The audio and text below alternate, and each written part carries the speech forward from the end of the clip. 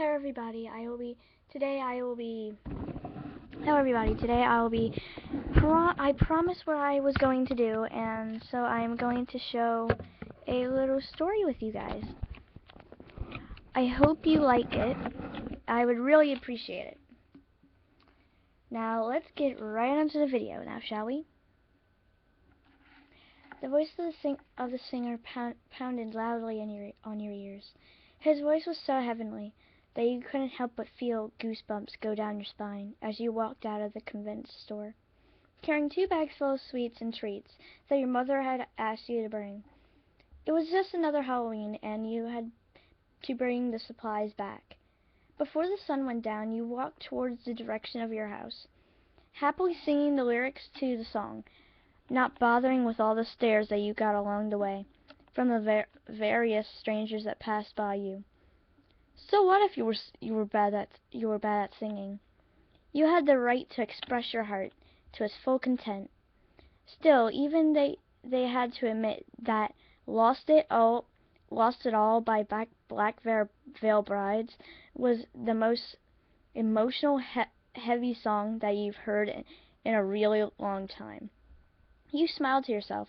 You just had left the house of your best friend after she had invited you over to arrange the plans for the night.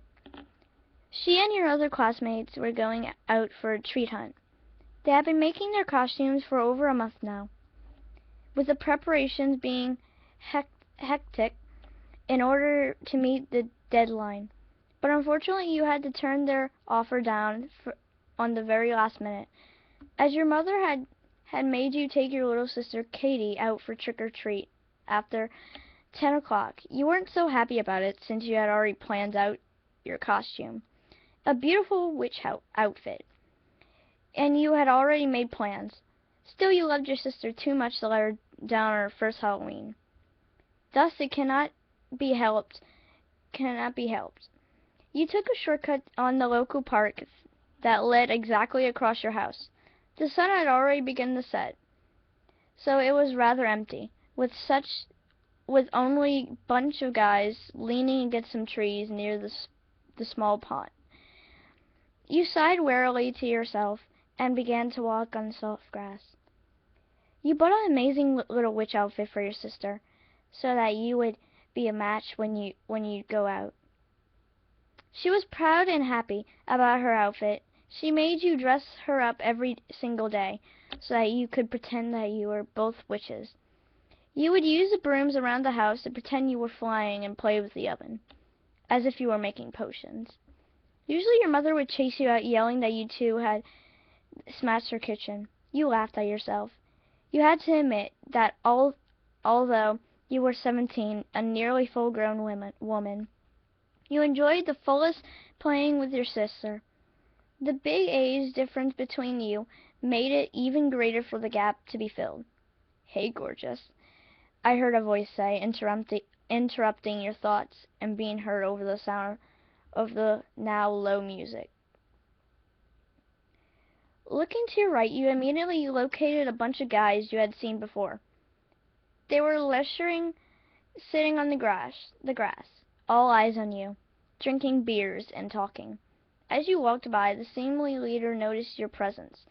All 6 of them were around the same age, around 25 through 28, and were exactly the type of guys that smelled trouble for a million miles away. The one that you talked to first had a large stupid grin on his face, looking you up and down. You closed the music on your iPod immediately. You made no comment, and continued your way. Still, they wouldn't let you slide that easily. Where are you going?" He continued, his interests undiminished again. He got no response from you.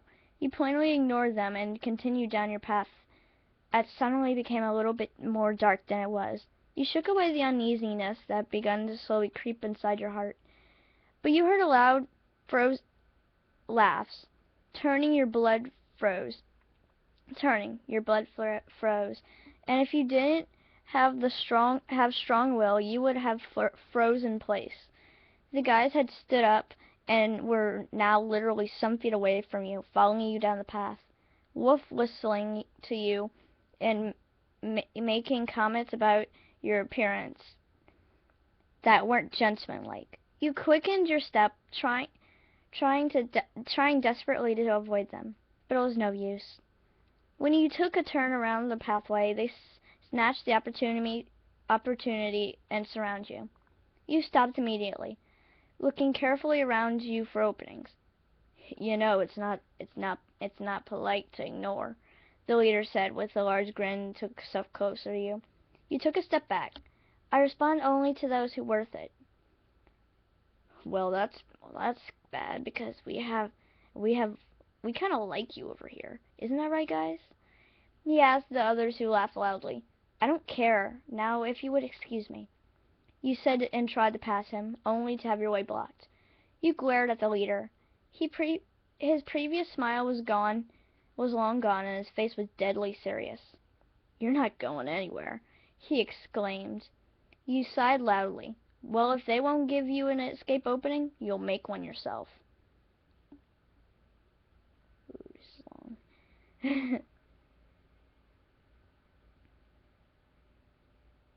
You'll make one yourself.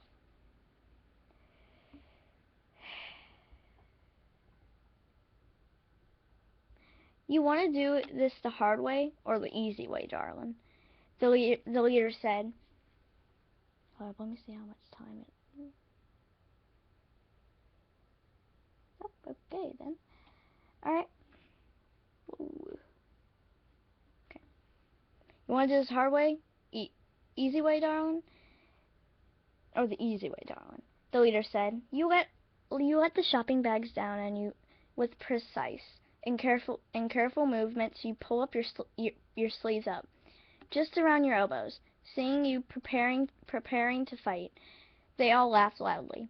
What they didn't know was that your father had made sure that you would be able to defend yourself if situations called for it. You seriously believe you can fight us all? Said another. Try me, you suggest with a sly smile. And so they tried. All 6 of them came against you, bringing you down, but you knew better. They were just regular people, and you had only fought on the streets. So it was pretty easy to beat them down and to pulp. Okay, maybe you didn't beat them that hard, but still, you were done with them. 2 of them were unconscious, and the other tried to gather their beat-up pieces. You, without a single scratch, pulled yourself together, picked up your untouched bags, and continued down the way without a single glance behind you. Reaching your house, you had found the small yard decorated with various coffins, spiderwebs, tombstones, and creepy bats hanging from every possible corner. Zombie hands were protruding from some of the tombstones, while a huge cauldron was placed under the tree in the yard. This time your parents had done their best. Reaching the door, you had opened it past the hall. I'm home, you announced as soon as you closed the door behind you. Hey, honey, your mom responded on your left, where the kitchen was. Your father was reading the newspaper, sitting on the living room on your right. Sky is home! A 7-year-old girl exclaimed and ran down the stairs a few meters away from you. Katie! You smiled and opened your arms, leaving the bags down. The little girl ran straight to your open arms, throwing her small hands over your neck, hugging you with all the strength a 7-year-old girl could have. You smiled even wider and picked her up in your arms, giving her a kiss on the top of the head. Hey, sweetie, I see you're already ready. You laughed, picking up the bags and carrying them to your mom. Katie beamed in delight. Yeah, Mommy helped me put it on. How do I look? She asked us happily while you made your way up the stairs towards your room to get ready. You look amazing, sweetie, if more is possible, you say and hugged her tenderly. She looked like a mini you, with eyes exactly matching your own. You had these characteristics from your mother, while your hair were from your father's side.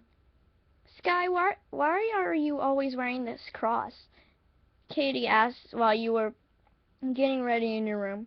You looked down on your neck to see your favorite black cross and the imprinted prayer on it, and the silver cross around it. Grandpa left it to me, sweetie. I like it so much. I wear it all the time. Since he gave it to me, you replied honestly. She pouted. I miss Grandpa, she stated. You messed with her hair as you put her ballerina shoes on. I know, hon, I know. Taking her by the hand, you led her down on the living room once again. The moment you went downstairs, the doorbell rang, signaling the start of Trick or Treat. Your father opened the door, dressed in a full vampire attire, smiling and peeking loudly with the small children that waited for their sweets. And time passed as if someone set the clock to go faster. Before you even knew it, the considerable amount of sweets had diminished considerably, and the time to go out with Katie was slowly coming towards you. When the time came, you sat the child on the table, helping her put on her shoes. As the doorbell rang once more, "Are you ready? Are you ready, sweetie, to go out?" You smiled kindly to her. "Yes, I can't wait. You're the best, Sky." She clapped her hands together. You laughed and gave her a kiss on the forehead.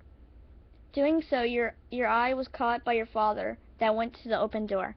He grabbed the bowl of sweets and cordially opened the door. A silver flash shined for a single second. Your father's eyes opened wide with surprise as he took a step backwards, bowl smashing on the floor, soon followed by your own father as he grabbed his neck, surprised, his fingers staining with blood. To your utter horror, before you can even react, the guys from before came into the house. Trick or treat? The leader smiled, his eyes pinning on you.